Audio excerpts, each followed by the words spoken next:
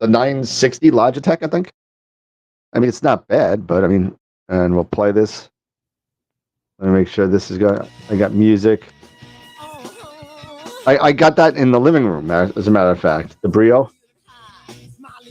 I got that in the living room from my like monthly Zoom calls that I have. So I just want to see your channel. We're live. All right, 17 are watching already. Check. Yeah, I know you can hear me. Everybody can hear me. Wait till you see me in a second. All right, we're gonna start. Ready?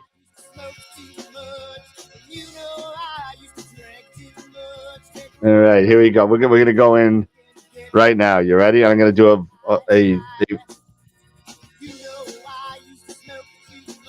you go. No 10 seconds. We're just going in. And here we go, because you know that they're all looking at my face right now, and they're like, "What is going on?" There you go. What is going on here? There you go. Oh my God, I gotta turn this down. Let me mute this here. We'll mute that. Oh, good. No echo. That's great. All right. So let's actually go to real people now. There you go. 4 up live, and I know everything's gonna be messed up. We'll get Jesse in there. And sorry about the everyone's laughing. What's up, guys, girls? How's it going? Give me a second. Let me just set Jesse in here because Jesse is with us tonight. And let's see, ups and titles, and where's the 4? There's 4 and settings, layers, and where is Jesse? Oh, there she is. There's Jesse. There we go. There we go. All right, we're here. What's going on? Yeah, I'm old school. I'm like those guys on Ted Lasso with those mics. They're like this on the lip, and that's what I'm doing tonight because somebody forgot to plug in their mic, I guess. But it's like it's weird. It's not charging. But how's it going, everybody? Welcome. We're here on Friday night, and again, it's not a night without an AstroWorld F up. That's what it is. So there. And Pete, I don't even think. Oh, Pete is there. He just moved. Okay, good. So he's got the Terminator glasses on. So I can't really kind of. He's gonna be like, "Give me your bike and your clothes." you know. So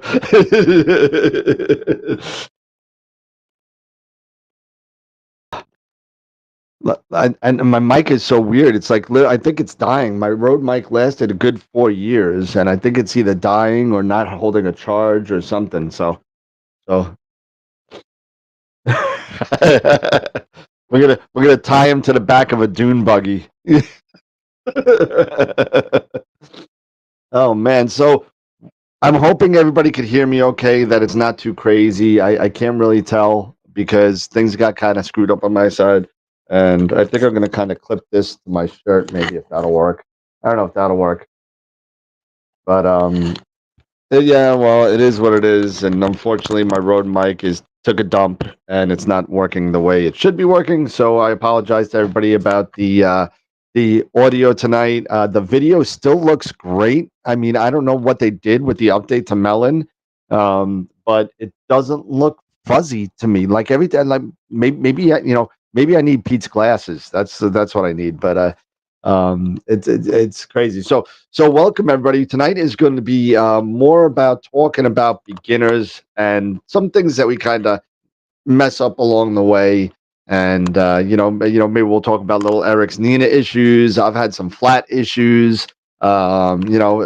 Pete, Pete's semi-retired doing fly fishing issues. Jesse's, I don't know. You just got it. Jesse just got issues. So so but I was in such a rush, I forgot my wine. But anyway, I updated all the slides, and I hope I got it. So if anybody sees anything wrong on the slides, and everybody, number one, vote for picture of the week right now. If you're watching, we got 16 votes in there. Vote for picture of the week because we only got 16 votes for this week. It's pathetic. It's horrible.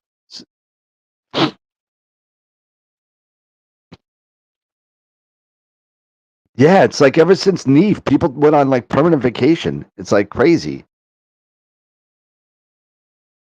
I don't know. You know what? You know what I think it is. I think Bloodstone stopped blasting it on Twitter because he's been MIA. So we told him. We told him. Yeah, I'm. He's okay. He's okay. I actually got in contact with him finally. It's just like life got in the way type stuff. It's nothing. Nothing's bad. But I mean, anybody get sound other than Dan? Wait. You could only hear Dan. Really? Uh, hold on. What's going on here?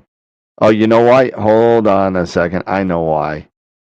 Hold on, ready? 10 seconds.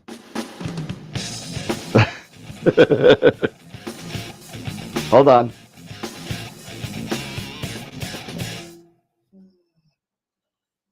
And how's that, everybody? How about now? Much better, Dan. Much better. Hey, I'm Warren. Oh. I'm trying to see. There we go. Yeah, okay, good. Everybody's good. Oh, there we Hold on. go. There we go. Is it? Can everybody hear audio now? Can everyone hear me? Okay, good. Okay, I heard Eric's. There we go twice. All right, so we're good now. What a effing day! I'm so sorry, everybody. So yeah, so we're gonna be talking about that. But I was able to fix some of the slides. So if anybody sees any differences on their membership level or anything like that as we go through it, please let me know so I could double check my records because we do have a lot of members now. And if you're new to the channel and you want to join us and support the channel and you like what we do, please hit us up on Patreon at AstroWorld TV. And you could do $5, $10. You get perks for every different level. We got all the way up to $50 a month. So I mean, we only got $250 a month per people, but you know what? Thank you to everybody because every little bit helps. It pays for NEEF, it pays for giveaways, it pays for everything. We don't get a nickel out of this. It all goes right back to the membership. So please support the channel, support by either Patreon or YouTube or whatever.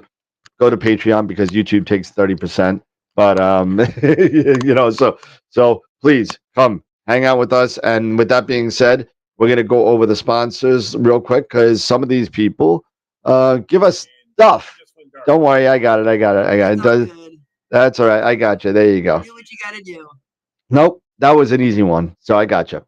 So yeah, so we got sponsors, and if you're new to the channel, thank you for watching. But if you're new to it, we give away a lot of stuff. Tonight we're giving away more Masters of Pix Insight classes, but we have gift certificates from Woodland Hills Camera and Telescope that we give out once a month. So be on that. That's coming up not this Friday, next Friday, I believe is the next one. So $50 gift certificate to Woodland Hills next Friday.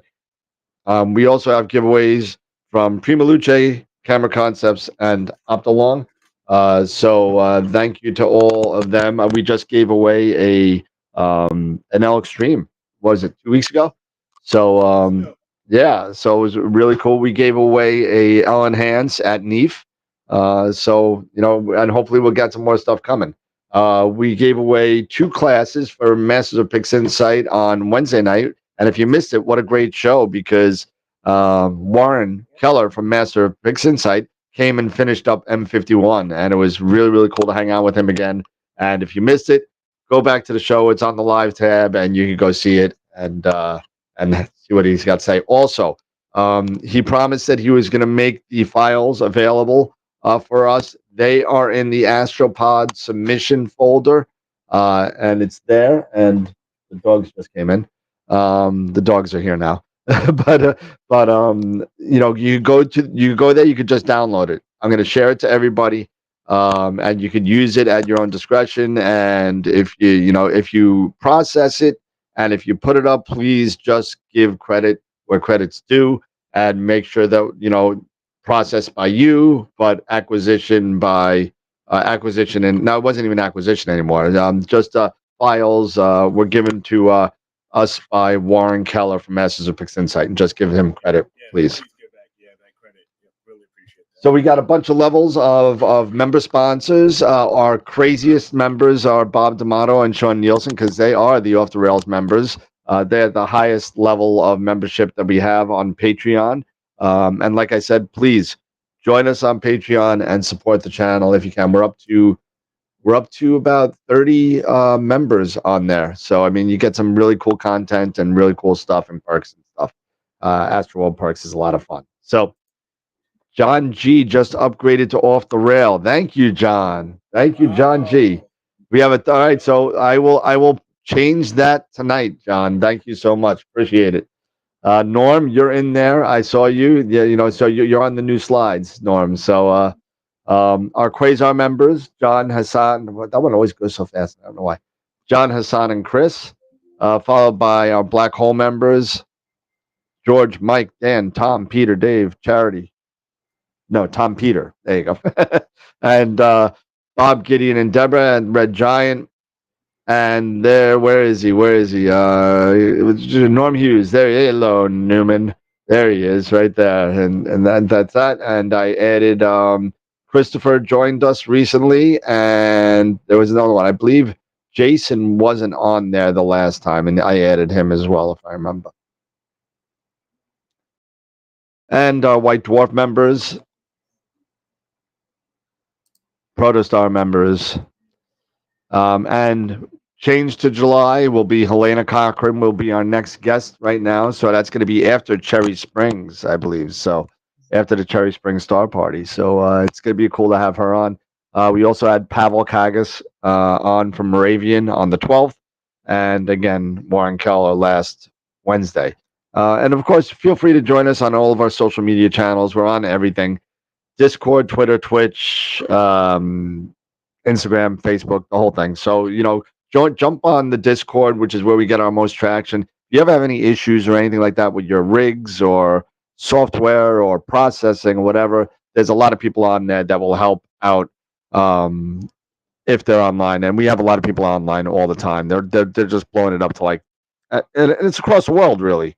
So, I mean, it's really kind of a good place to kind of get some information if you need it really fast. So, Norm, I was gonna put Newman Hughes on there, and I didn't. I was gonna do that, but I figured I'd keep it straight. So I appreciate that. But thank you everybody for joining us. Make sure you hit that like button, the thumbs, and Eric, I won't steal your thunder because you like doing that. So while you do that, I'm gonna go get my wine because I forgot it in the other room because I was going crazy. Yeah, I mean, while he gets his wine, I need you guys to do me a favor. Let everyone know who enjoy astrophotography and astronomy. Let them know about the show. And the one best way you can do that is by sharing the show. Share the show, share it to public when you're on Facebook. If you're on YouTube, grab the link, post that link to your friends, share that link to, wherever else that you think that other friends of yours who are in astronomy and astrophotography, will see it, benefit, blast out our Discord channel, everything. We would really appreciate that. Give us a thumbs up here on YouTube. It really helps out the algorithm. And if you're on Facebook, I believe the bottom left-hand corner, you can share and share to public. Remember, sharing is caring, and we care about you guys, and we would really appreciate you guys' support. So do what you guys do best. Smash that like button, click on that thumbs up. We would really, really appreciate it, guys. The Terminator. The Terminator. So while you getting that squared away, it is the weekend. I don't know about you guys, but I got a good weekend coming up if I can get my stuff working. Yeah. So what's going on with your stuff now? No, we fixed the it sounds like it's something else now because you fixed the focus, right? Yeah, then it broke again, and now it's all screwed up again. But this, I think, is my fault because I swapped out focusers because I was tired of using the older. I've got to have an older EAF, the one with the 12 volt DC. plug, as well as the USB and the temperature and handset probe. So I swapped that out with one of my newer ones. Hard to hear me. It's hard to hear me. It's hard to hear Eric. Let's see. Hard to hear Eric. I'll pump you up a little bit. Give that a shot. Okay. So I swapped out the EAFs, and I was on Nina last night, going through the autofocus again, and sure enough, it went back to crap. Turned out that right now I went and checked that things out, and looks like one of the set screws wasn't fully secured. It was loose. So secured that now. So we're going to see how that goes. But on top of that is the issue I'm still having with my tracking on the Sim60. It seems to be off with the Schmate Cassegrain. And you were suggesting, Dan, that I look into Pempro. Yeah, because the reason why I said that, but because you told me that the stars were all elongated the same way. Yes. Now, if it was backspacing, it'd be different in each corner. It'd be different all around, depending on if you're close or further away. Pete's doing a Scott Cole, looks like. So sorry, Scott, if you. And real quick, for those who do not know or familiar with what Pempro is, it is software that is sold from CCDware. The same developers who developed CCD Inspector, ccdware.com, I believe. And what it is a periodic error correction tool that you can use to help correct that periodic error that you will most commonly find in mounts with worm gears. Which, if you guys saw one of our other videos, you can take a look at that video when I did the presentation on mounts that talks a little bit about periodic error and the worm gears. So I am trying that out right now. I have the trial. They give you a 60-day trial. Yep. So it's really not that expensive. I mean, it's not that $50. Yeah, it's not that bad considering the fact that other software could be 300 or more for software. So yeah, Pempro, I've played with it because Pete got me into it a little bit. So I've played with it a bit, and it works really well. Once you learn how to make that periodic error curve and train the mount, it's gonna be very proactive to fix that. And that's the reason why I said, because your stars were all the same north-south kind of direction, they're all the same kind of way. Yeah, and they're all based either north-south, going vertical, or they're all slanting the same way. Yeah, that really points really towards either tracking or the mount or something like that. That has nothing to do with backspace at that point. Right. So we're gonna, I'm still at it. I really want to get Nina working, and I know, and I know it's all basically a lot of ID10T, type of stuff. ID10T. Yeah, that's a tech term. So if you don't get it, it's also a military term for. Oh, okay. That's where I've heard it, Eric. My husband being ex-Navy, I've heard that before. Yeah, all right, so ID10 Tango forms. Yeah, if you don't know what it is, just write ID10T on a piece of paper, you'll get it. But you'll get it. So yeah, so we're gonna give it another shot. Everything, we should be pretty dark by 9 o'clock. 9 o'clock my time, so Central Standard Time. So we should be able to check this out, and then I'll do Pempro, and I will check out Nina and the autofocusing. I'm using Hocus Focus. When I got it working, I got it working using Hocus Focus, and it seemed to have worked really, really well. Yeah. So Yeah, I mean, it works well. Sometimes sometimes I find that the base Nina focuser just does fine for me. I met with who's the writer of that? I forgot the guy's name. I actually had lunch with him with Jim Factocellis, the guy who wrote it. It starts Helios or it's something like I forgot his name, but he's a really good guy. He's super smart. And I had some lunch with him, and he really does some great stuff with Nina. I just turn it on and off.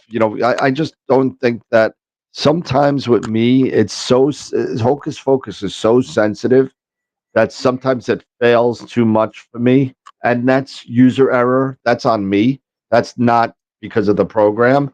So I basically just turn it off and use the onboard Nina focuser. So Okay.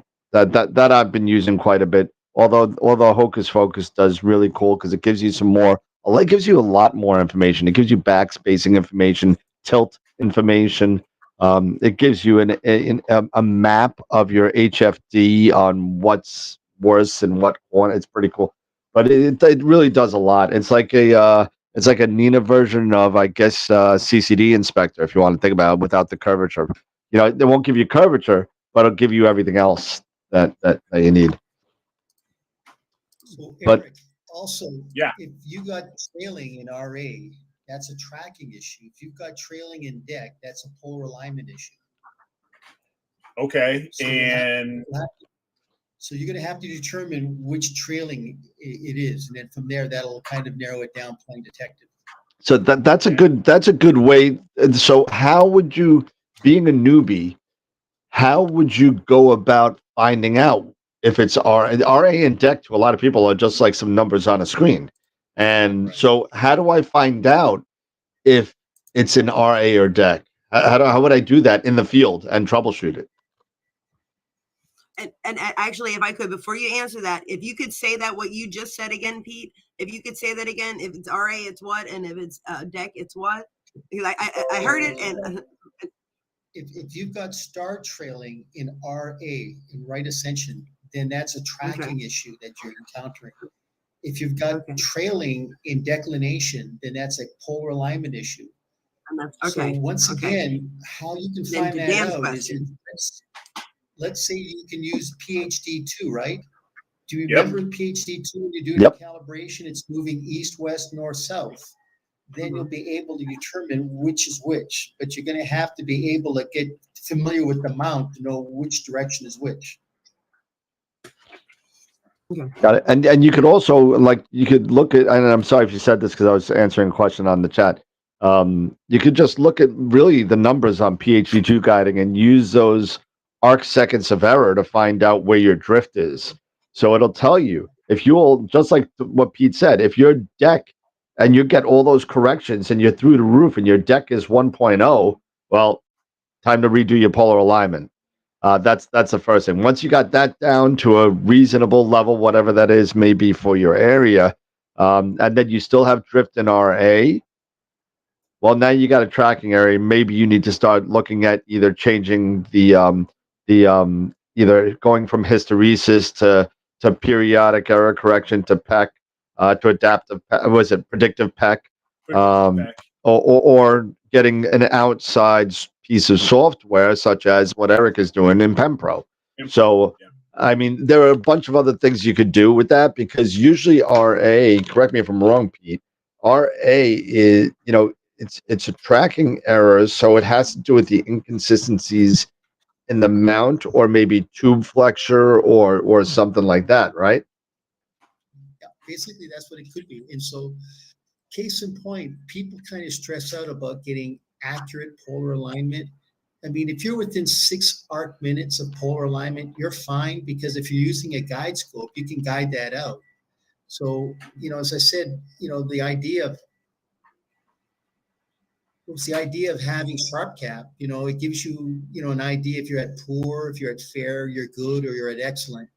You can stress out about it. But if you're doing guiding, if you get within 6 arc minutes, you're going to be fine with polar Yeah. alignment. Yeah. So it'll Now, itself out. Now, Pete and Dan, help me out here, because one thing that I did notice, and David just brought this up, is using the PhD guiding assistant. When you're running the guiding assistant, one of the things that I believe it does let you know about is your polar alignment. Yep. So And I believe it's the last line on the left. I remember right. yeah, if I'm not mistaken, it'll let you know. It's like, for example, with me, I was at 0.6. So I was like at point like 0.6 arc seconds, if I'm not mistaken, for my polar alignment. So that helped. So that, speaking up, so when you're talking about it, to know if if it's a tracking error, if it's a tracking error, it could be it's your right ascension. And in deck it could be bad polar alignment. Well, this is telling me, at least at guiding assistant, if I'm at 0.6 on the guiding assistant for my polar alignment, that maybe then that's pretty darn low. So maybe this is telling me that it's an issue with tracking, aka dealing with RA. If I'm not mistaken, if I'm Nope, you're good. You're on. You're on with that. Yeah. So the mount that you've got, Eric, is the mount that you're using. What is the tracking error out of the box? It'll usually tell you if it's, say, 7 arc seconds peak to peak or whatever.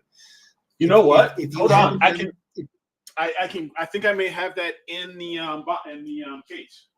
I'll go grab it. So John, I'm going to hit John up real quick because me and John have been talking on the side regarding his polar alignment. He's having issues with polar alignment with his ASI Air. So John, since I'm going to stop typing for a second because I'm typing with one hand and holding this webcam as a mic in the other. So you have to excuse me. But so I'm going to throw a couple questions out. You're using an EQ6R, using an ASI Air. What's your polar alignment error when you do the polar alignment routine? And what are you using to do the polar alignment? What scope are you using? Are you using a guide scope? And what's your error when you're done? That's a lot of stuff. So I hope you were listening. These are all these types of things you got to think about. So if you're using an off-axis guider, that's a little different because then you're guiding and doing your polar alignment on the same focal length as your imaging. And if you're doing an imaging scope of 2,000 millimeter focal length, right, and you're using an off-axis guider and you're trying to do polar alignment with the ASI Air, you might be having a problem. You may have to throw a guide scope up there, just a little scope with a little cam to get a wider field of view to get a more accurate polar alignment. Just with the ASI Air, though, because the ASI Air does have limitations as far as that polar alignment routine.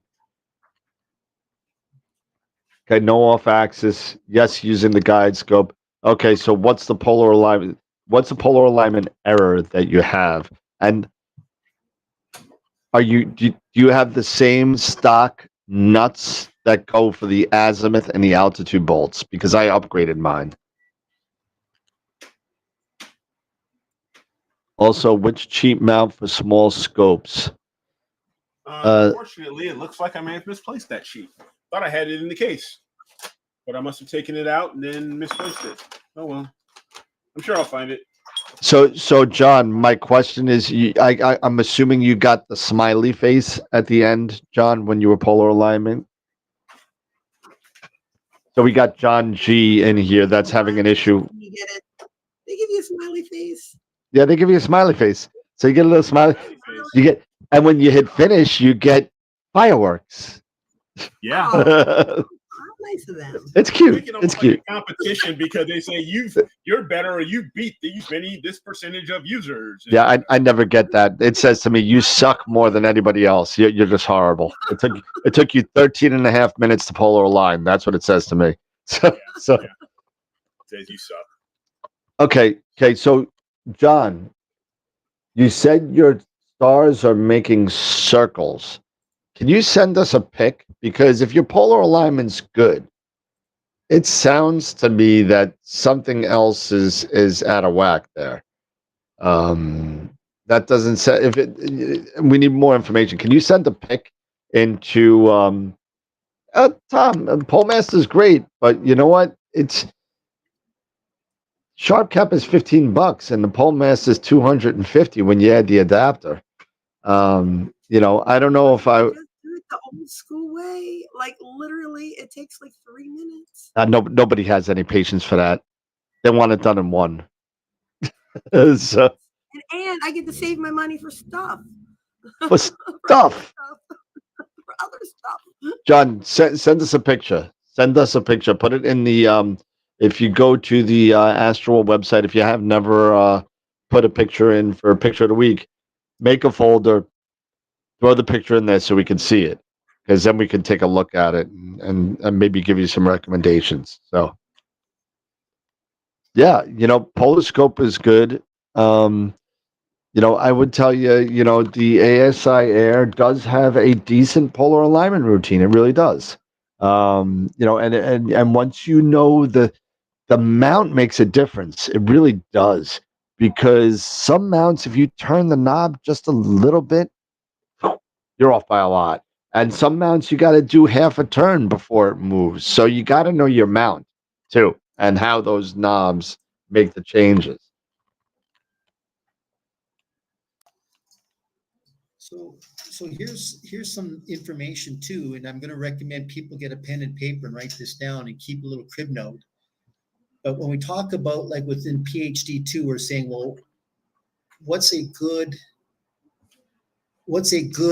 RMS number? So I'm going to give some numbers here that you want to kind of write down. So if you've got good seeing up to say 2 arc seconds, if you've got an RMS of say like 0.3 arc seconds, that's fantastic. If you've got average seeing between say 2 and 4 arc seconds, if you've got an RMS about 0.5 arc seconds, that's great. That's acceptable. And if you got really bad seeing, meaning anything above 4 arc seconds, if you've got an RMS of about 1 arc second, consider yourself real lucky and real fortunate. Yeah. I'm telling listen, I'm in New York City. Well, I'm 20 miles away from New York City. New York City is 20 miles to my west, and anything under 40 degrees to the west, forget it. It's gone. You're not getting it. It's in the city glow. You're not getting it. It's going to be horrible. So that being said, I also have some of the worst seeing next to, I don't know, the only 2 cities in the world I can think of that probably has worse seeing than I do is New Delhi and Los Angeles. So I mean, I think those are the 2 worst ones in that. But and everyone tells me if I'm under 1 in New York, I'm good. I'm good, and I'm consistently, even with the EQ8R in the back, I am consistently at 0.4 or under. So not worried about that. It's not about tracking and PhD and taking those numbers and analyzing the F out of them because, I need to get it to 0 or I suck. But, you don't have to worry about that. Take your photo. If you got round stars, PhD could read 10. I don't care because my stars are round. You know what I mean? It's doing something right. You know what I'm saying? Now PhD is 10. Maybe I'm blowing it a little bit out of proportion, but you know what I'm saying. You're not gonna have round stars at 10 arc minutes. But whatever the case, if you have round stars, don't get so frustrated with the number. Know the seeing in your area. Look at the picture. If the pictures look good, go with it. You're fine. I mean that's all there is to it. Too many people, and that's what we do. We analyze things. We're all scientists here. We're all of some sort. We're all tinkerers. We like to tinker and figure things out. That's the kind of personalities that bring into astronomy and astrophotography. These types of people that like to kind of play around with things and kind of know how things work. But sometimes, and I know it's hard for some of us, sometimes we just have to let go and know that the picture is going to be good because the stars are good, and don't worry about the numbers because sometimes the end result is what matters. So Okay. Let me share something. Let me share my screen with you guys to give you guys an idea of what, I am leaning towards what Pete is saying, and it could very well be a tracking error. So let me share my screen here. let's see what we got here. What do you got? The picture or? Yeah, I've got one of my photos here. And Oh my God! on M51. So I don't know if you can see Is that this here. is that the worst one? Because that's pretty bad. No, this is pretty average. And as you can see, if I'm going, Well, hold on a second. there. Can you get? So they're all going pretty much southeast to northwest. It looks like, Correct. and it's not straightening out towards the middle either. No, it is not. So if I'm zooming in here, Yep. you can tell. Yep. Eric, is your tilt okay? Have you checked your tilt first of all? No, I have not. I have not Okay. done. I can probably run this through CCD Inspector and I would, take a before quick you look. start looking at tracking, check your tilt first. That would be the first and easiest thing. Which scope is that too? This is the Edge 8 with the 533. Oh, it's the Edge, so it's not the Rasa. Okay. No, this is not the Rasa. This is the Edge. This is the Edge 8. Got it. And so, yeah. Yeah, run it through CC. You got CCD Inspector. Run it through it.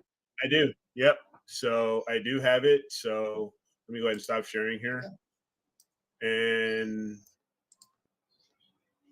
But yeah, let me get that set up here. Yeah, run that through because you know what, Pete's right. Maybe your camera's tilted that way. That's why everything is going that way because that could definitely be something like that as well. Sure. So I am going to go and grab those because they're sitting actually in the Melee on the Melee drive. So I'll have to grab those and yeah. You know what I'm going to do this weekend? I'm going to do the Eagle 5 unboxing. It's still sitting in the plastic, believe it or not. Really? I had 3 good nights in a row. I've had a couple of good nights in a row of possible imaging, and I've been working. Pete kind of got me onto the Crescent a little bit, but I made a switch. I moved because the Crescent didn't come up over the house until about 1:30 in the morning. So I wanted to get something a little bit earlier. So I moved to the Whale and the Hockey Stick. So I moved to that because I just I was in a hockey mood, so I just wanted to do the hockey stick. So Right. So I got a lot of luminance. Let me tell you, I got all this dark definition in the Whale. It looks awesome. The luminance looks great. The only thing that I've been having issues with is my flats. I've been having issues with the flats ever since I put this one thing together. It's not calibrating it all out. I've done 4 different types of flats at different ADUs from 40 to 70% histogram, and nothing's getting it out. And it looks like that there's been something regarding recently on the QHY filter wheel where there was a firmware upgrade for it. So apparently what was happening, it was bidirectional. So it would move to whichever way the filter is closest. So it would go this way or this way. So if I moved one to luminance, right, and red is the next one, right, it would go back and forth between the red and the luminance. It would go left and right. It wouldn't go all the way around. And what was happening was that the filter wheel wouldn't go to the same exact position. So the dust bunnies were in different spots. So it won't calibrate it out. That being said, there was a firmware update that came out that makes the filter wheel unidirectional. So it just moves in one direction, and so it doesn't go back and forth like that. So that's supposed to fix it. But I've been having a problem with their loader that it's one of these like, you ever see those like crack programs that, for if you try and crack an illegal program and you got to download this thing and it has a picture of a skull and crossbones on it, and and then whatever, you press play and go and it does its own macros and it runs, it runs the program to open it up. It's kind of like this type of program. And I'm like, it says it did it, but then I'm listening to it. So if I go, and my filter wheel goes LRGB, right? Just like normal, it goes LRGB. So if I go L and then I go R, it should go 7 spaces if I wanted to go back to L, not 1, right? So it should go all the way around, and it doesn't. It's still going back and forth like this. So I've been on the email. Oh no, that was really loud too. What's your tilt? Uh-oh. I think I just found it. Oh, geez. 20. Well, this one says 22%. Okay. Um, Which way is the arrow? Is it towards the trail? This one says 49%. Well, is the arrow where next to the tilt towards the trail? No. Either one way or the other. You know what I mean? So if the stars are going this way, does it go? It looks like it's going the opposite in the opposite way.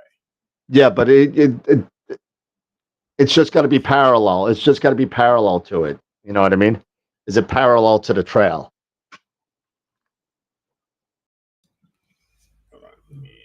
Yeah, so Tom, you got to go to the QHY website, and if you go under the CFW product page, about 2/3 of the way down, there's a link for the firmware update. And if you get it working, let me know, because I haven't gotten it to work yet. So let's see what Eric has got. Oh, wow. Let's make this bigger. And okay, so now let's see the picture that's based on. Okay. And this one is... Wow, that's an ugly tilt, my friend. Yeah. 15, 20. All right, so let me grab that one. You go to my...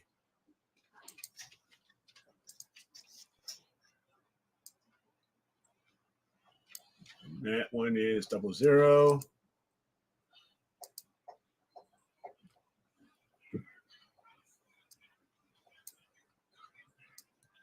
Give you an idea. See that? Go ahead, Pete. See if you're going to say what I was about to say. Go ahead. No, I'm gonna let you go, Dan, because I know you and I are thinking the same thing. So if you're tilted to the right, like it's saying, the stars are going to be tilted the other way. Take a look at the way your screen is. Where the yellow, the pink is. Yep. So blue is perfect. Blue is flat. Yep. Right. So you're tilted this way. Any piece of tilt is going to make your stars get all screwed up. Do you have a tilt plate on there? I think so. I would iron. I'm with you, Pete. I'm with you, Pete. Iron that out first. That's some really bad tilt. I might have put a tilt adapter on there. I'll have to take a quick look. But yeah. Pete, go ahead. Chime in, Pete. I was like, geez. So here, I'll stop sharing, guys, so you guys can. As I was saying, is that that would be the easiest thing to start with, because it's the process of elimination to play detective now. So let's say, Sure. Eric, the easiest thing right now is let's go with tilt, and then take a couple of other images. And if you still encounter the same problem, then we got to determine, is it going to be in RA or is it going to be in declination? And then from there, it's that process of elimination. Yep. But it'll be easier just to kind of start with the tilt issue first and just see how that kind of helps you out. Yeah, and just remember also when you're doing this, you're gonna want to take a couple of photos because you saw how I'm sure those photos were kind of close to each other. Those two, one was 28, one was 40, whatever. Were they different nights and different objects, or was it the same night? That was the same night. Same All right, night. so what you're gonna want? Okay, so what you're gonna want to do is you're gonna want to take a couple and take an average of that tilt. Yep. Okay. You know what I mean? And then you're gonna have to just keep track of what push pull ones you do and what the change is on the photo. Get a little book and say quarter turn to the left. Okay, let me take a picture and this is where it's at. All right, well that didn't work. Okay, quarter turn to the right. Okay, I'm on the same track. You know what I mean? And because you may find that your tilt from photo to photo, just like you saw there, may differ from minute to minute. It shouldn't differ that much, not 20 degrees, you know. Right. But that seems to be a lot. But I mean, we had a question about what is tilt by John. So tilt basically, so a zero tilt means that your chip is on the same plane as your image train. So everything is perpendicular to each other. I'm not even sure if that's right. Perpendicular, is that right? No, perpendicular is this way. Yeah, so you don't want that. The optical axis, Dan. Thank you. So everything is, so you got your mirror, you got all your other mirrors in there, then you got your OAG and that's flat, and your camera and your chip, and that's all got to be flat. If your chip is tilted, like you miss a thread on something, or there's an imperfection in the camera body, or anything, or somebody on the manufacturing side put the chip in the wrong way, or it could be any number of things. You could have a tilt of the chip based on the optical axis. So if you're I'm going to use let's say this is your telescope mirror, right? We'll put it this way, so that's straight. And here's your chip, and I'm trying to do this on camera. So now they're even, right? Now they're even, so you have no tilt. But let's say the chip on the camera is tilted a little bit to the back like this. That means certain stars are going to be in focus and certain stars aren't, or you're going to have tracking error, not tracking errors, you're going to have elongated stars because your image plane of your camera isn't flat on your optical axis. So it's all got to be flat like this and in parallel to each other. I hope that makes sense. Did I screw that up at all, Pete? Because I go to you for clarification on that. That wasn't bad. Okay, good. So I got a C- on that.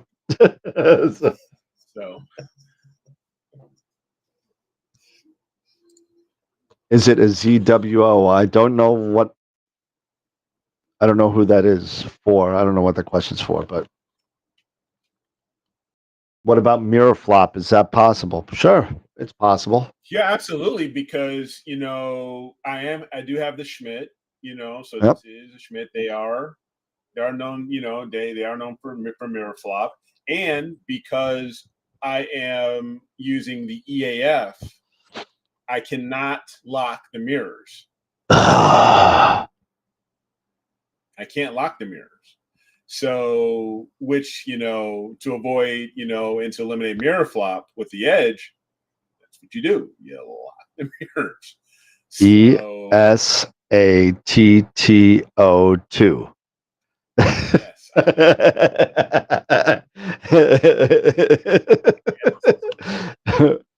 There's something to be said. I'm looking at two ASI Air setups that I have to my left. One on the Ascar 400, one on the Red Cat.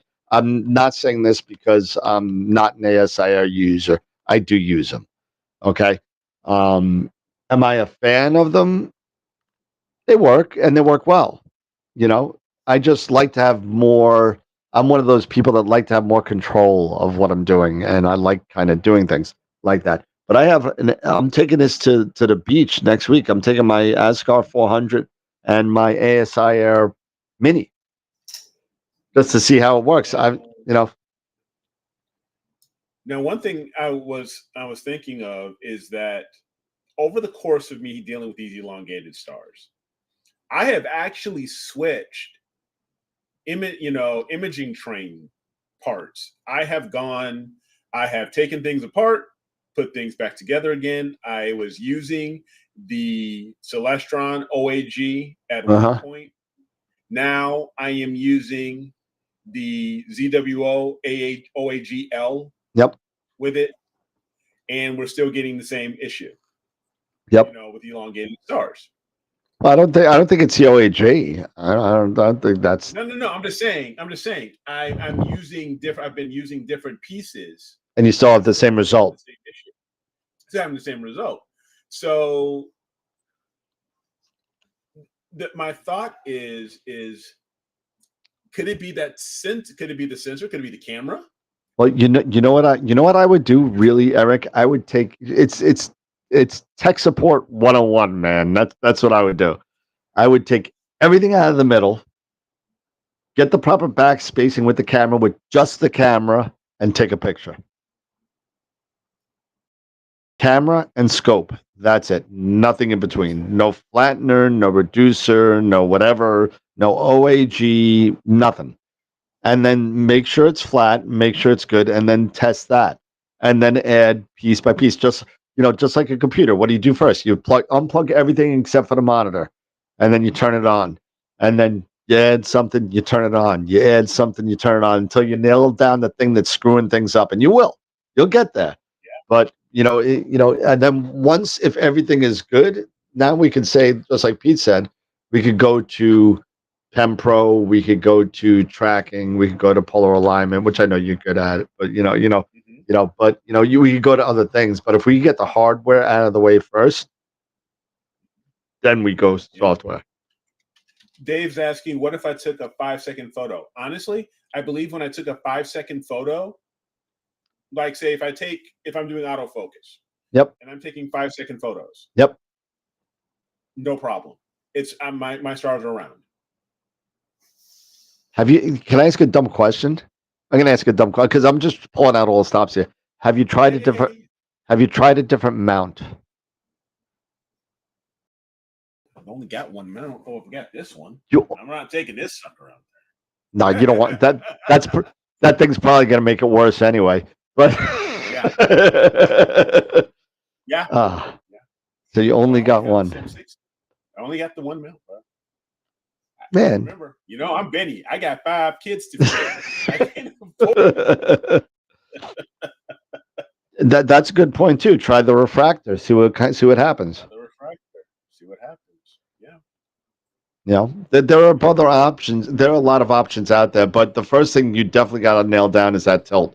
That 40% tilt is out of control. Yeah. Oh, Eric, not again. Yes, again. That's right. Yes, that's just never stops. My goodness. So totally. Yeah. Dave's like, time to get a focuser for the rear cell so you could lock down those mirrors. Absolutely. Yeah. So it's just these things that you learn and this happened with the ASI Air. It's happening with Nina.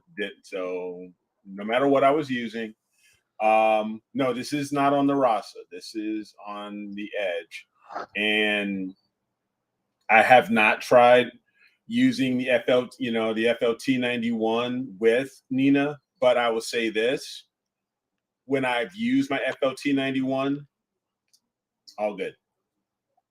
No problems, none with no matter which camera.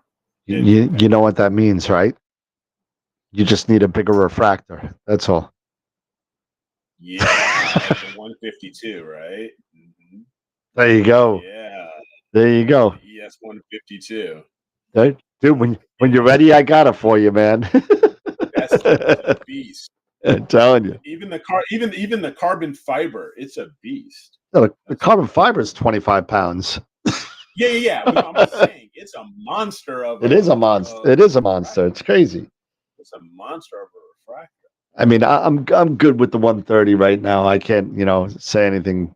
130. Maybe I could get something. The thing that with the Explore Scientific does a little bit differently is they get a little bit longer of a focal length with the same diameter of lens, and that has to do with the really long form factor of the Explore You need Scientific. a hernia, don't you? Yeah, by a 165. You want to buy a once? Don't get a hernia. Telling you, That's a lot of glass there, bro. that is a lot of glass. That's huge. That's like a. Let me just set up and you know just stay there. You know what I'm saying? That's a permanent setup. It's not that heavy. It's not that heavy. Yeah. Say that when you're 50. Uh-huh. But yeah, so no, but you guys have some really, really good points. I can definitely, and you know what? It's kind of a bummer that I'm going to be doing this. It's because this is basically a great weekend with heart, and we're just getting over just getting past the new moon. This is the imaging weekend of weekends. Yep. What am I going to be doing? I'm going to be troubleshooting this stupid thing. Yep. Yep. Hey, listen. I just can't wait to put this. And it looks like if I can't get these dust motes out, I'm gonna have to do the famous clone stamp move and just kind of do that. Have you figured out the flats? Because weren't you going to talk to Ron about? I did, and together we couldn't figure it out either. We're down to the firmware. I even also I took the camera apart and I cleaned it again. I used David Geeson's red contact for the sensor. First time doing it was a little nerve wracking, and it came off a lot easier than I thought it was going to come off. I think I'll do it on a piece of glass first before I do it again. Norm's suggesting do a synthetic flat. I tried that from Masters of Pix Insight. Pete Prohl came out with a video on how to do that. I'll try it again. It's possible. I could try it again. I just haven't done it yet. But it's not overly offensive, these dust motes. I don't even know if I saved it. I could kind of bring it up for you.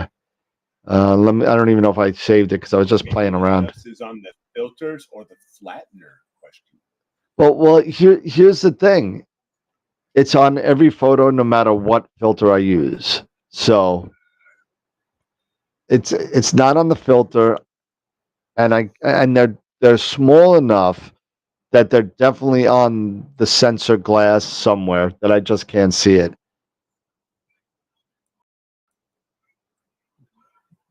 Let me see if I can find. Norm said, "I made it. I made and it worked pretty good."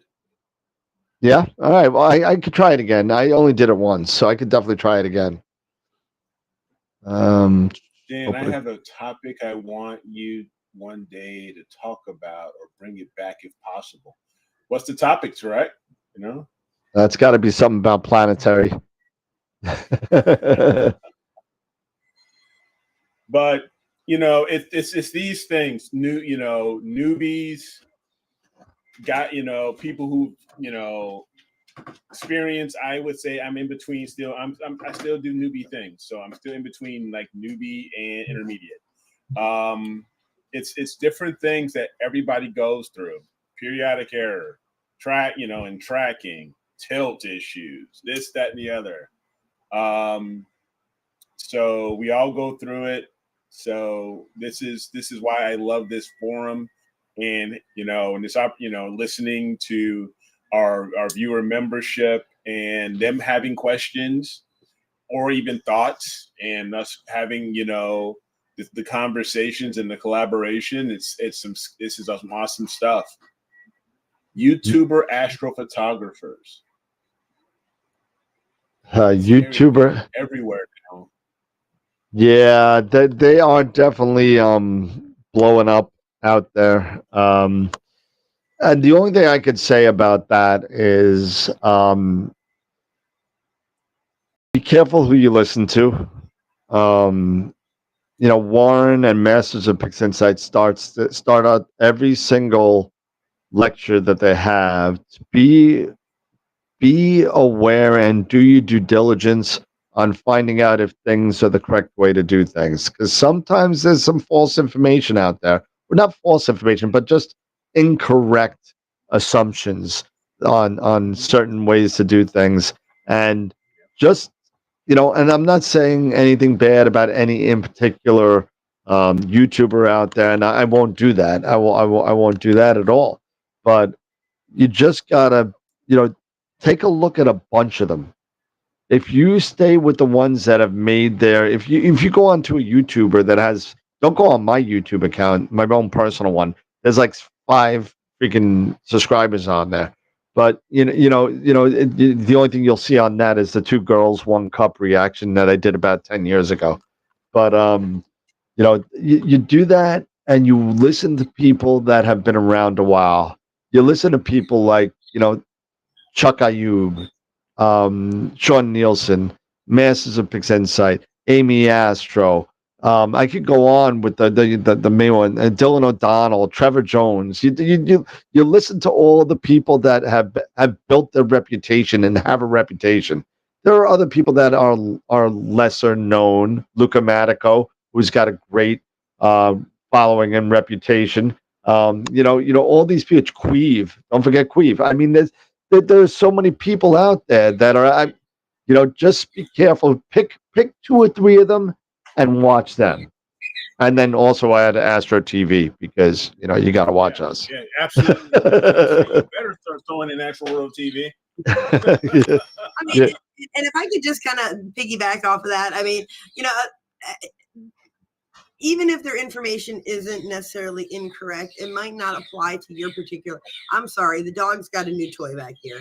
But it might not apply to your particular situation. I mean, I think, different YouTubers, different astrophotographers, where they live, what they're seeing is, what is their portal, what is their equipment, in addition to just what is their experience and how they're presenting the experience, their situation might be completely different. So what they have and is working for them, in a Boreal 2 sky might not work for someone who's, at, 4 feet above sea level with crappy seeing and a Boreal 7 sky, so it just might not work for them. So, you have to look at their, what their equipment is, what their situation is, as well. Cause, so. No, you're exactly right. I mean, it may not work for you, but if you follow, 1 or 2 of these people that I mentioned, don't forget like Nico Carver and all those guys too. I started watching Nico when he was imaging in Delaware. I mean, I think that kind of jumped out at me. I was like, oh my gosh, somebody that's close. So when he was on the show, that was the first time, the first thing I was like, Delaware man, I mean, and that was like, I was getting, learning it. So I was like, okay, somebody that's in Delaware. So he's probably, now granted he's in a different part of Delaware. He's in northern Delaware, and northern Delaware and southern Delaware are as different as North and South Dakota. Well, okay, maybe not that example, but anyway. But it was like, he's close enough, he that kind of jumped out at me, rather than someone who, like Trevor Jones, who when he first was doing it, I can't remember. I'm so sorry. I can't remember where exactly he was, but I know he was much closer to a city than I am. And so for me, that was kind of like, oh, okay. Yeah. Northern Delaware is South New Jersey. Yeah. Yes, it is. Yeah. But yeah, you're exactly right. But just keep on, get the information, get a lot. But as you go over like 5 or 6 or 7 pieces of information on there, you may start seeing contradicting pieces of information from one YouTuber likes to do it this way, another YouTuber likes to do it this way. They both work for each other, but you got to choose what works for you. You know what I mean? And that's the whole thing. And then stick with that. If you find out that Sean Nielsen is the person that teaches you right, and that's the kind of teaching you like, and whatever he says, if it's your equipment, because stick with that. If you like refractors, you might want to go to like Chuck Ayub, who was doing a lot of refractor stuff. If you're doing planetary, maybe you want to go with what's his name, Christopher Go, or something like that. There are plenty of people out there that are very, very good at what they do. The only thing I'm really saying is pick a couple, stick with them, find out, and of course keep on your list us. So and that's it. But then that's all I'll say. Yep. Yeah, you can put it on the Google Drive. Yep, no problem. So Eric, I have a question for you, and I started talking to you about it at NEAF. So I haven't been doing much imaging. I mean, just I got nothing, so I'm just kind of sitting here and nodding today. I'm like, all right. I'm just kind of getting myself together for Cherry Springs here in a few weeks. And Dan, I'm thrilled to say they are letting us teachers out on the 14th, so I will be able to. My plan was to pack my car up and leave directly from work, like around 11:30. I don't have to do that. I can leave from home. Yes. Nice. Yay. So I'm kind of like, figuring out like what I want to image, what I'm bringing. And what I need to do is I need to get my Melee. I need to be able to access that without the internet. And I don't want to run a cord. I want to be able to sit in my nice little blackout tent with my computer open and not bother anybody while I get stuff up and running. And I know there's probably a way to do it. I cannot figure. I've given it about 20 minutes of time here and there. What do I need to do to be able to log in to my Melee with my laptop when I don't have Wi-Fi? Do I need like a portable router? I mean, I don't. This is beyond me. Yes. And this is not. Yes. Okay. What is a good portable router that is not going to break the bank? Oh, and I have I am not an IT person, so. What can you use? Can you use your? Do you have your mobile hotspot, your phone?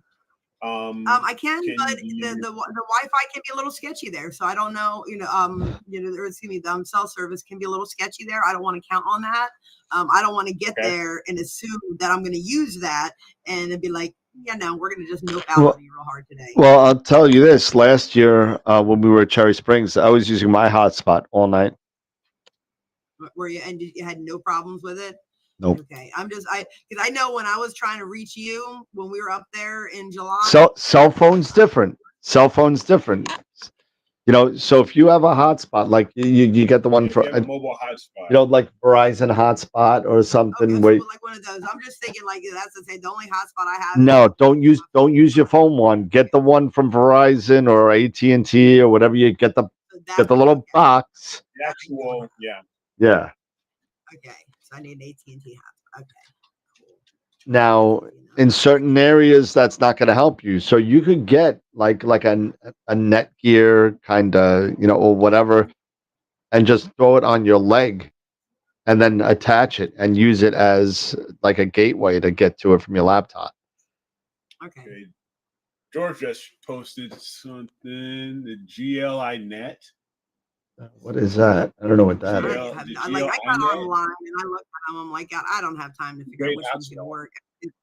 Like I don't want to get up there with gear and it'd be like, oh yeah, it works great at home, and then I get up there and nothing works. And like that is definitely not the place to have gear not working. Yeah, you want to definitely test it. Make sure you're testing stuff before you take it up there. Yeah, for sure. Yeah, I figured I'd go find there's enough nothing around here. They should have no problem just hopping in the car, finding somewhere where I have no cell service, and if I can make it work in a Southern Delaware cornfield, I probably will be okay up in Cherry Springs. This looks pretty cool, actually. It's pretty. Yeah, it actually looks pretty interesting. And it's how much is it? $25? Just under 30. It's under $30 on Amazon. I'm buying it right now. Oh yeah, nice. I'm gonna buy one right now because I'm gonna need it because I don't know what Nebraska has on hold for me. So what do we got here? It's got. I'm going to Amazon too. We're all just kind of taking a break here. Gonna head on over to We're all Amazon. taking a break here and checking this out. Oh, you know. Oh, the last thing I looked up on Amazon was a tent heater. Oh yeah. That was so cold. So that is not happening again.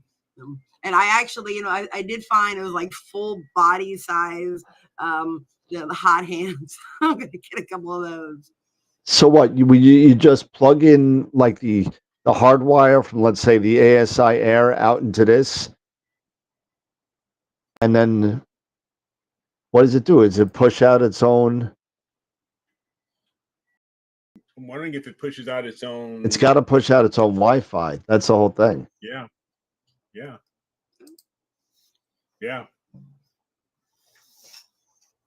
Okay. Because it looks like. Hey, Simple, how are you? It's what? Oh, okay. The yellow one. It's a standalone hotspot. Okay. The name is something. Okay.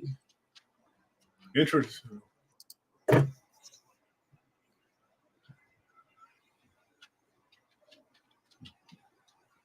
Oh, so there is a hotspot mode. Okay. No, it looks like it needs some sort of internet. Convert the public network to a private Wi-Fi for secure system. So you're gonna have to have some sort of internet connection, aren't you? And then you can use VPN, to protect your network. But aren't you still gonna have to have some sort of internet connection? You have to have some sort of WAN. So George, I guess what it does. So does your? I'm trying to think how that works. So George is saying it works. It's a standalone hotspot. No internet needed. I'm gonna get one anyway. And for the price, I think I might end up grabbing one of these too. That's Now I'm just wondering if I need one for every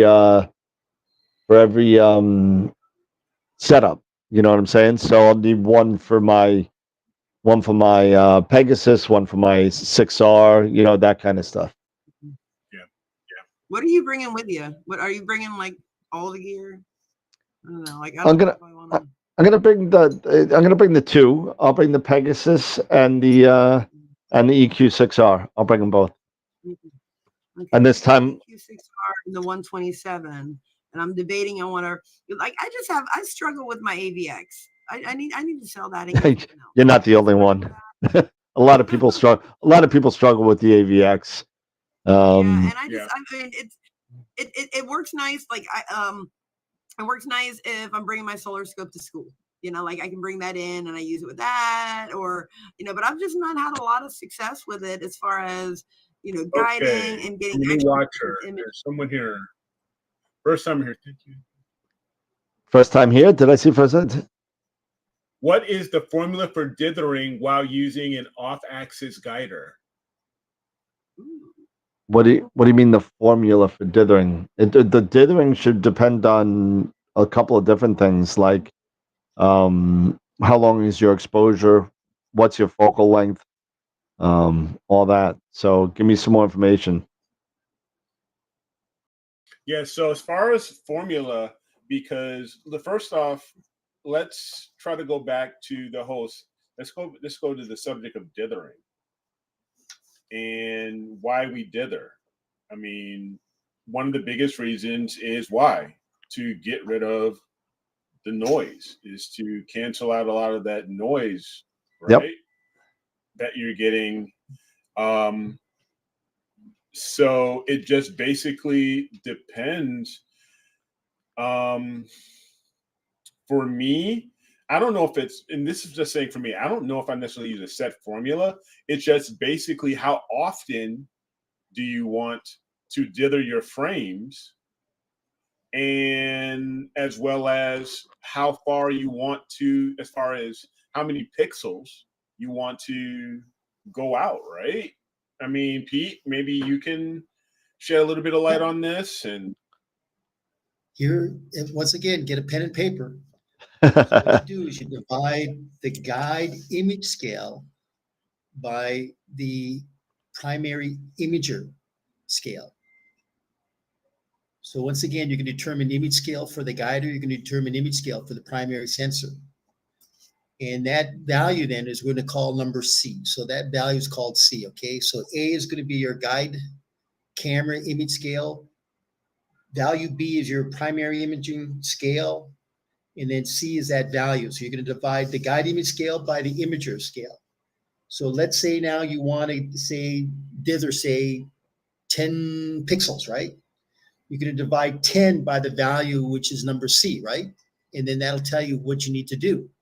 So if you've got a dither level and you've also got so many pixels, which is in PhD2, let's say you've got a value of C, let's say it's 15 pixels. So your dither level will be, say, 3, and then you'll set your pixels at, say, 5, and that's going to give you 15 pixels. We went through that. Remember, about a year ago, we actually did this calculation. Yeah, so you're going to take your image scale of your guider and your image scale of your main chip. So here you go. Now here's going to be a question. What if your image scale is the same if you're using an off-axis guider? Well, that's just it then. If you're using an off-axis guider, then basically you could just say how many pixels do you want to dither, because it's going to And be that's the it. value, right? It's going to Yep. be 1-to-1. it's going to be basically, it's going to be 1. Well, if you want to dither 10 pixels, you'll put in 10 because they're the same. Now, if the difference, let's say, if your guide camera and your imaging camera differ, let's just say, to make it easy, on a 2-to-1 levels. So let's just make it 2-to-1. So if you're doing 10 pixels, maybe you're only dithering 5 because you're doing 5 then 10, right? And then you're choosing how many pictures you're dithering by. So Okay, so he's using a 174 mini, and that's with the OAG. But also, what is your imaging? What is your imaging camera? That's another thing you'll need to know as well. your focal length too on both. And You'll need the focal length too on both. Yeah. We could get the pixel. We could get the micron size. PHQ. You're using the 107, the ASCAR 107 PHQ. Okay. And the ASCAR OAG with the 174 mini. So you're 1-to-1 at that point because because you're using an OAG. So let's take this.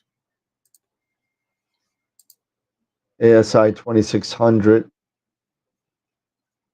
on the 2600 is on the 107. So let's get the image scale on the 749 focal length on the 2600, which is what, 3.76. So 206.265 times the micron size divided by the focal length. And that's your imaging scale on the primary. Then you do the same calculation on the guide camera to get the image scale.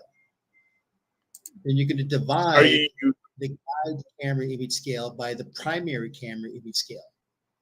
And that's going to give you a ratio. We'll call that value C. So what's that value then? So let's just say it's 3.7 on the primary camera and say 1.5 let's just say it's 3.7 on the guide camera and say 1.5 on the primary camera. What's that come up to being? Like almost half, 0.5, 0.6. Yeah, something like that. Yeah. So now what you do is you take how many pixels do you want to dither? Let's say you want to dither 10. So you're going to divide 10 by, say, 0.5, and that's going to be your value. And then now what you do then is you go into PhD2 and you've actually got your pixels. So you've got your dither level, which is 1, 2, 3, 4, and 5. And the pixel is going to be on level 1, it's 0.5.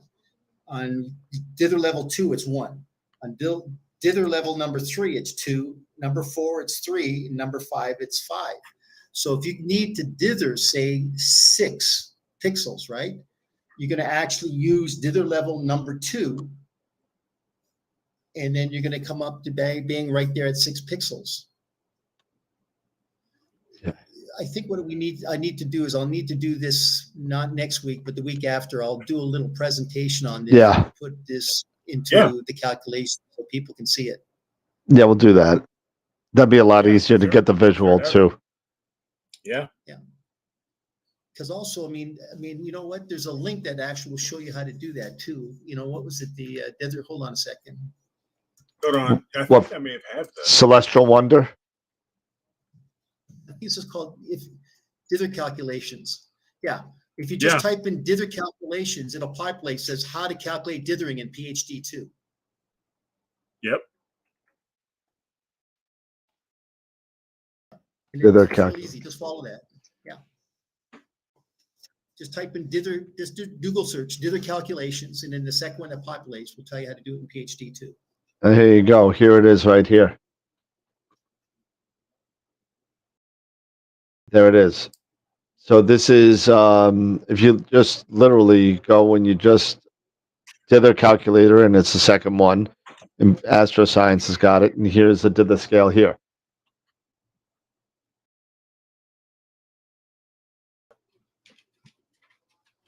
There you go. And it really does a good explanation for you. And you go right onto the global settings under the advanced setup, and it'll give you the whole, this whole screen right here, if I remember right. And you just use it to the scale right there. And you choose it depending where you're at. And like you say, Dan, it depends upon how many frames you want to dither. 3 to 5 frames. I mean, some people like to dither every frame. It's up to you what you choose to do. Just remember, the more frames you have to dither, The more time you have to wait. Yeah. Yeah. And that's why, when I dither, I usually do, and dithering is also dependent on how long your exposure time is too. Because if you're doing, 20-second exposures, do you really want to dither every frame? I don't know. That seems like a little bit counterproductive there. Now, if you're doing 10, 15-minute exposures, maybe you dither every frame or every other frame or even every 3 frames. No matter what I do, I dither 3 frames. No matter what I do, every 3 frames, that's what I did. That's and it's been working for me, and I've just left it that way. I think I lost your audio there, Jess. Yeah, sorry, I put There you go. The dog was barking. No problem. Myself. I saw your mouth moving, and yeah. Now I was going to ask, and you answered my question with how often do you or what do you? You said 3, but yeah, like I've always dithered every one just because I never really thought much about it, and now I don't do 20-second exposures or anything. So yeah, so if when I'm doing RGB, I'll dither every other frame. Like if I'm using OSC in New York, I'll dither every other frame. And actually, I'm sorry, that's a lie. I dither every 10 frames. It's the other way because my exposure times are so small because I can't take long exposures OSC in New York because it gets blown out in like 15 seconds. So that's what I do for OSC. Go ahead, Pete. Sorry. No, I was going to say also the dithering actually occurs on the guide camera, not on the primary imaging camera. Yep.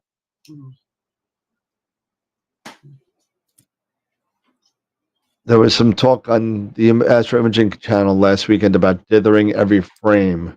Roman said it works better with Blur Exterminator.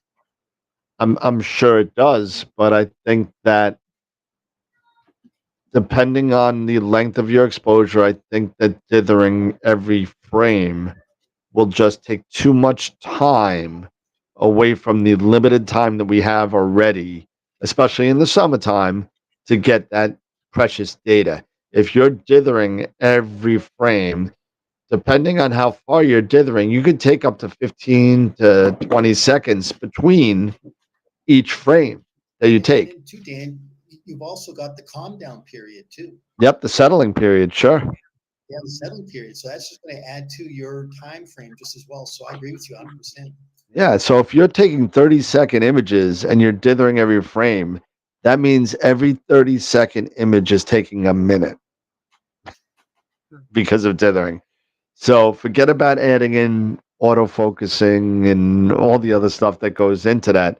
Now you're sitting there and you're literally cutting your imaging time in half if you're doing like 20, 30-second exposures, because now you're dithering every frame. Every frame you're doing 30 seconds of nothing. So half your night is gone. Don't forget also. Go ahead, Just. Just don't forget also what. Yeah, I was going to. Don't forget also. If now in your case, since you're using a refractor, you won't have to necessarily worry about this. But maybe in my case and others, don't forget to put, if you're binning, because that's going to increase the pixel size, isn't it? Sure. So you got to take that into account as well, when you're doing these calculations. So Absolutely. just remember that as well.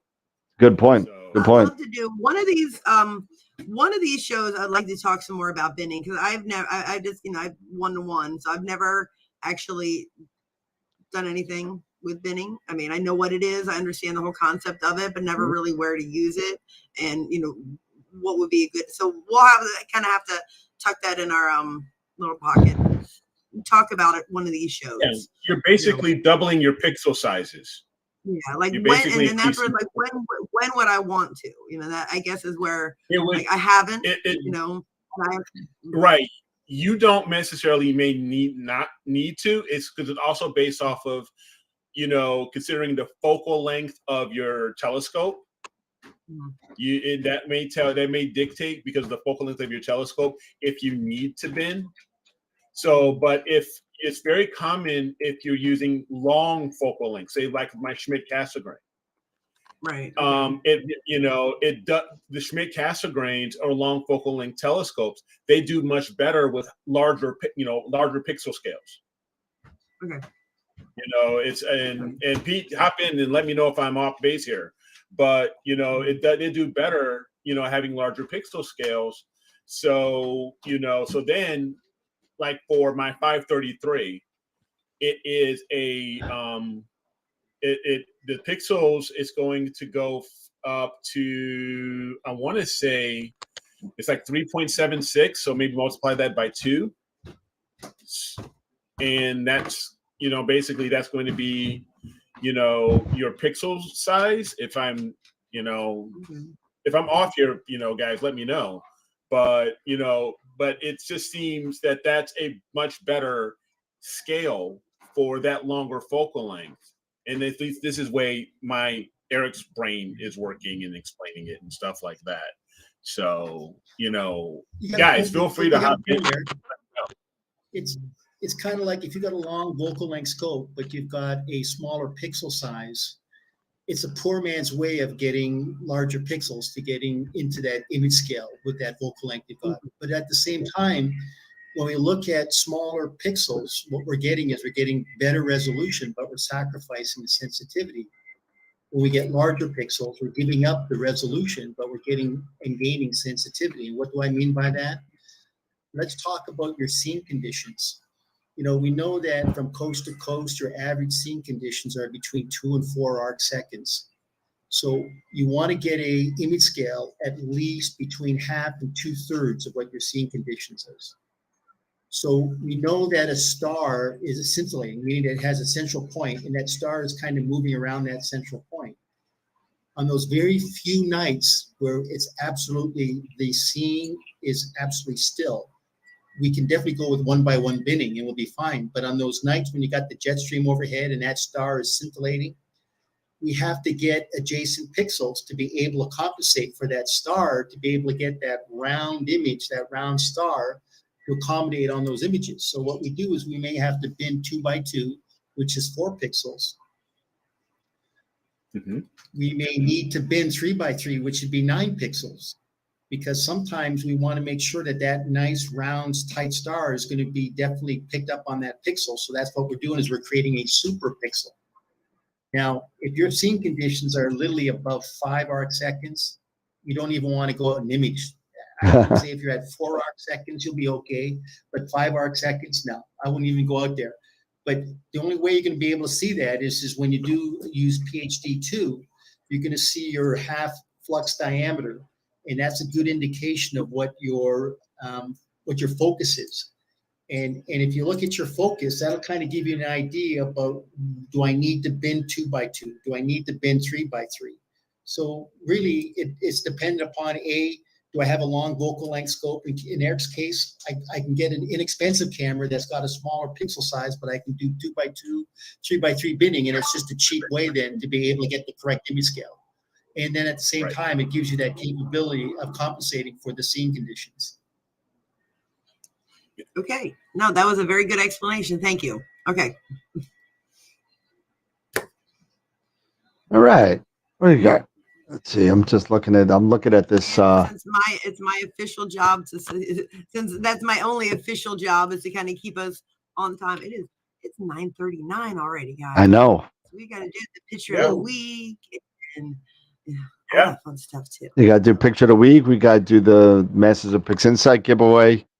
I'm looking at a new microphone because this I don't think is taking a charge. So we're gonna have to take a look at that. And we have 32 people watching, and we only have 24 likes. Oh well, that's not good, guys. You guys, come on. Come on, put some pressure on everybody. Oh, Dave Barnett came on. What's up, Dave? Spinning also helps with noise. So Absolutely, it does. all right. There's the number. So let's take a look at the picture of the week. How about we do that? Yep. And I actually have that up here. So let's take a look and see here. There we go. And the picture of the week. All right. So here is, for those of you that are new to the channel, welcome. We do image contests every week. And we do pictures of the week where you could actually insert your own picture and you get voted on by your peers on the website. And you just literally go to image contests. And then you could actually log on. You don't even log on. You could actually just hit the Google link if it ever comes up. It's got a lot of data on here on this guy, so give it a second.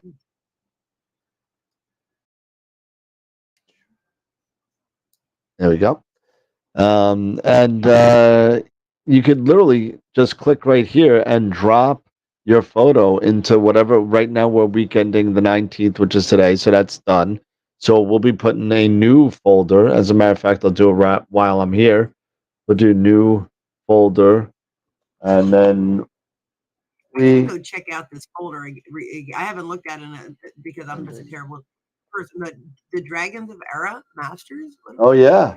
Tom Peter gave us some masters of that, and they're there. You could download those and kind of play around with them. So that's going to be for the next picture of the week. You just go in there and drop in your. Actually, we have some already that were a little bit late, and we'll just drop them in there right now because those are all weekending 5/26. Carlos Aragon put stuff in there, so that was nice to see. And you just drop it in there, and then I put it on the website. So, once did I? Okay, sorry about that. AstroWorld web.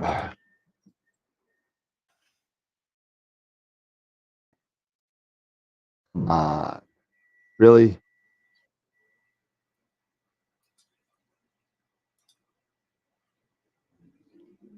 And there we go. All right. You just go to image contests. And then you go on. You can click on the link and say, all right, it's loading up all the pictures. So sorry about that. You can go on the link and drop your own. But here is the last picture of the month winner. Here's last week's winners. We had a tie. And then here's the picture of the week entries. We have the North American Nebula.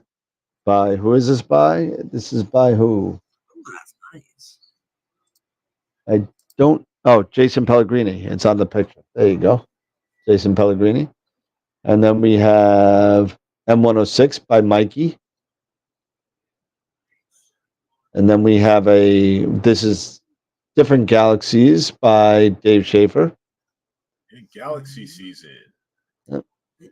And that's it. And we only have 21 votes. That's pathetic. Pathetic. Come on, guys. We can do better. We can do better for next time.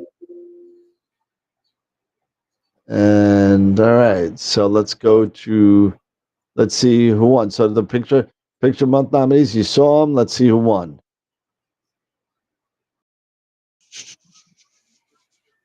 There we go. And the winner is, let's see, all polls. Yeah, and May 19th. Oh, we got 21 votes now. There you go. 21 votes. And the winner is Galaxy Season, Dave Schaefer. Nice. Nicely done. There you go, Dave. You know what? I personally like the composition, because it's not sometimes just about the target. It's also about what you're trying to accomplish. The composition of that image that makes it appealing. And to be honest with you, that's one thing that drew me to it, is that celebration of, this time of year is Galaxy season, and giving that, I thought they were all great, but I think that, there's certain ways, you set yourself apart, from others. And I think this was, one of those ways. Yeah, that was cool. Yes. So my question is, which picture is doing the background? That's what I want to know. Aha. But where's the spoon? Aha. Try the soup. Try the soup. But congratulations to Dave. I hope you didn't win a picture of the month yet, because if you did, that's not going to win. So it's all right. We'll see what happens. So nice job to Dave. It's nice to see that my old scope had found a really good home. So that's all done with my old scope. So I think. Well done. So so see, this just goes to show that it's not just the scope, it's the person behind the scope who knows how to actually use the scope that can really put this stuff together. It's not the car, it's the driver. Is that my best Eddie? No, it's not. You want to see my best Eddie? I can't say it. It's not G-rated. I can't do it. Sorry. G-rated. I got new legs. Sorry. I can walk. I can see. I can see. I can see. Dang bang, dang gong. Lot of places. Lot of places. Oh yeah. All right, and then we still got to do one more thing. We got to do the giveaway for Masters of Pix Insight, because it is Friday. And if you missed the last Masters of Pix Insight class, that was last Wednesday. It was putting it all together, advanced astrophotography techniques. So really, really cool class. If you missed it, they do one every month. It's usually the second or third Tuesday of the month. So check it out at mastersofpixinsight.com. And as a matter of fact, I'll go there right now to see what the next mastersofpixinsight.com. And the next workshop is on mosaics and other special techniques. So that's Tuesday, June 6th. And if you don't win, you could always purchase it for $35, and you spend 2 hours with some of the best people in the business on how to do some Pix Insight processing. So where did Eric go? Where did he go? What, I lost him already? What are you doing, man? Where did he go? What did you do, Karen? What did you do? All right. So we're just gonna spin the wheel anyway because Eric's not here. We're gonna spin the wheel. We're not gonna wait for Eric. We're gonna spin the wheel. All right. So this is for free Masters of Pix Insight classes. Our last winners were Pamela, Morgan, McKee, Urban, and Edlin. So if you didn't get the email, please respond or hit me up on email at Dan at astroworldweb.com and we can get you all set up. So here we go. Next winner for Masters of Pix Insight class. Hopefully, I won't have to do this with the mic next week. So, and George Lutch. Hey, George. George Lutch. Congrats, George. Congrats, Georgie. Who says Yes, you don't win anything, George? Georgie. He hates when I call him that. Who says you don't win anything? And of course, I can't find my pen, but I know who George is. So, all right, George, I'll send you an email. I think you've won before, so you know the routine. And you'll get an email from me and from Pete, and it'll all be good. You'll get another class. So, I think I saw him in the chat. Right on. Oh yeah, he's there. He's there. He's got two. Yeah, congrats, George. So hey, I mean, really great show tonight. It moved so fast, even though we were like 8 minutes late. You know why it moved so fast? It's because we had some really good questions and some really good topics. Absolutely. You know, that's what makes this show so great. Is we shoot off the cuff a bit, and we go off the rails a little bit, but when we get into some really interesting and deep subjects and we get locked in, and exactly, it's time flies, and I'm hoping that we share some good content and some good information out there for everybody, some nuggets of information. Yeah. Really good stuff. I mean, it really does. It makes it a lot easier when you have good comments and good conversation and back and forth. And of course, I gotta say, it's always great when we have Jesse on the show because Jesse has been missed, and Yes. I know I've missed you guys. I genuinely have. So I've got a few things coming up in just the end of school year, graduation parties, and all that. But hopefully you'll see me a lot more come middle of June. Wait. Nodding off. Hold on. You're graduating? Well, no, I keep being right?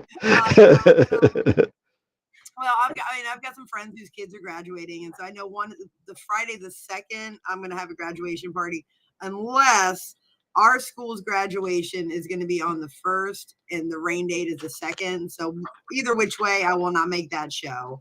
And there's just like end of school stuff going on, but yep. But after that, like I said, the last teacher day is the 14th. The last student day, the day that matters, the last student day is the 9th.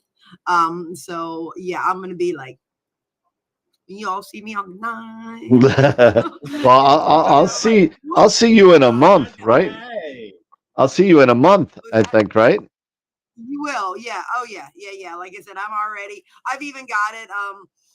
And I did not do it myself. I had a teacher across the hall brought me one of those giant sticky notes with like the dates listed, like, this is how many days, like this date, this date, this date, this date.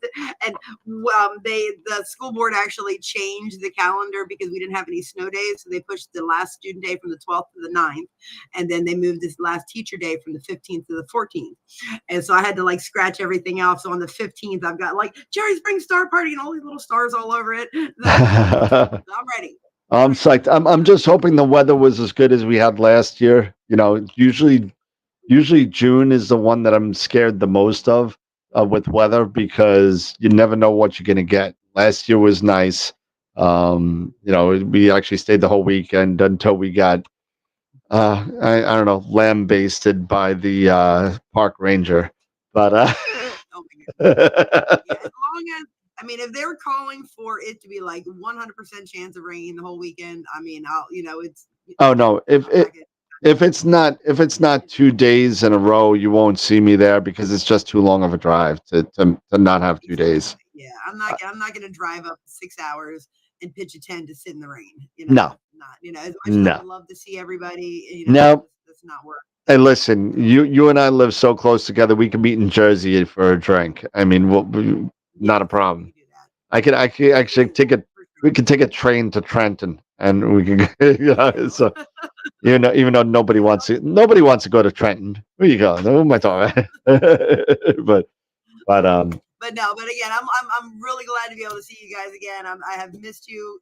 I've missed getting on, and I am very much looking forward to being on the show much more regularly, at least throughout the summer. So, Absolutely, Mr. Pete. Final thoughts, Pete. Oh, just always a pleasure to come on the show. Good to see Eric, Jesse. Always a pleasure. I haven't seen you since Neef, right? That was the last time I saw. no, I have not. I haven't seen any By of you the way, guys. did you guys ever get the raw data from the videos and kind of splice those together? Oh shoot! I never sent those to these guys. I got to put them on the. I have not sent them. That's all on me. I'll send them. I'll send them this weekend. I promise. I'll do it. I'm back. I'm back on the horse again with everything. So Yeah, because there's some great raw footage. Some great raw footage. So it'd be kind of good just to see it all spliced together and just kind of see how it all how it comes out. yeah. I put the NEAC stuff up. I didn't put any of the knee stuff up. So but the NEAC stuff is on. Eric, final thoughts, Eric? No, again, just like I said, it's great when we have these participation from our audience and good topics to chat about and share our knowledge and others within the viewer membership their knowledge. So it makes things more fun and makes things more interesting, and it does make the time go. So now I got to figure out my tilt issue. I got some bad tilt. You're a bad boy. Bad man. A bad boy. But yeah, hey, listen, everybody. Thank you so much for hanging out again, making a great show with all the comments out there. Congratulations to George. Congratulations to Dave for winning Picture of the Week. It's been a great show, and I love these beginners conversation nights because even though I know that many people out in the chat are not beginners, they do have relevant content to share with people that are out there, and everybody in that chat, you're all part of the show too. So thank you so much for being a part. Thank you so much for being in the comments and helping our job become that much easier. So thank you for that.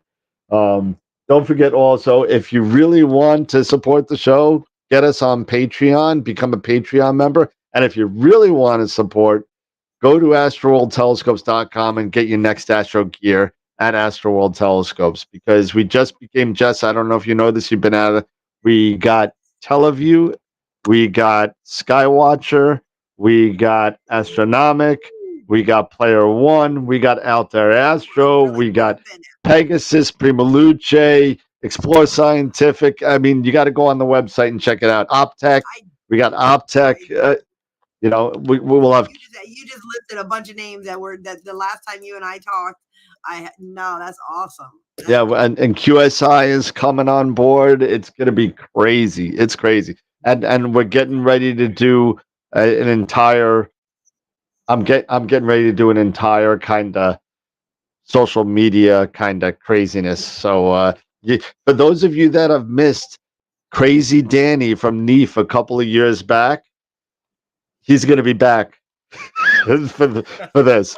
So you're going to have to excuse the Crazy Danny shtick, because that's what I do, and I'm going to bring out the fake kind of New Yorker accent that I have. So yes, but do you have a wacky waving inflatable arm flailing tube man? I can't say that fast. I can't say it that fast. What was that? Family Guy? Was that Family Guy? Yes. It was Family Guy. Yes. The wacky wavy whatever. Yeah. Wacky wavy inflatable arm flailing tube man. Oh my God, that's too much. That's too much. But hey, listen, everybody. Thank you so much for hanging out again. It's been great. Congratulations to everybody who won. and we'll see everybody on. We have a show this Wednesday. Yeah, we have a show this Wednesday. So we have a show this Wednesday. We're straight through, I think, until Cherry Springs, and then maybe Eric will be ready to run a show by then. But so start practicing, man. You know the time's coming. So the time's coming. The end is nigh. Awesome, everybody. Maybe we won't have that many glitches. You know that maybe that'll be a better thing. but everybody, Never know. have a good night, everybody. Take care. Have a great weekend and enjoy. And as always, remember, keep imaging, keep educating, and do not hold the mic for 2 hours because it really hurts the arm. It's really bad. Anyway, have a good night, everybody. Take care. Good night, Clear everybody. skies, everybody. All right.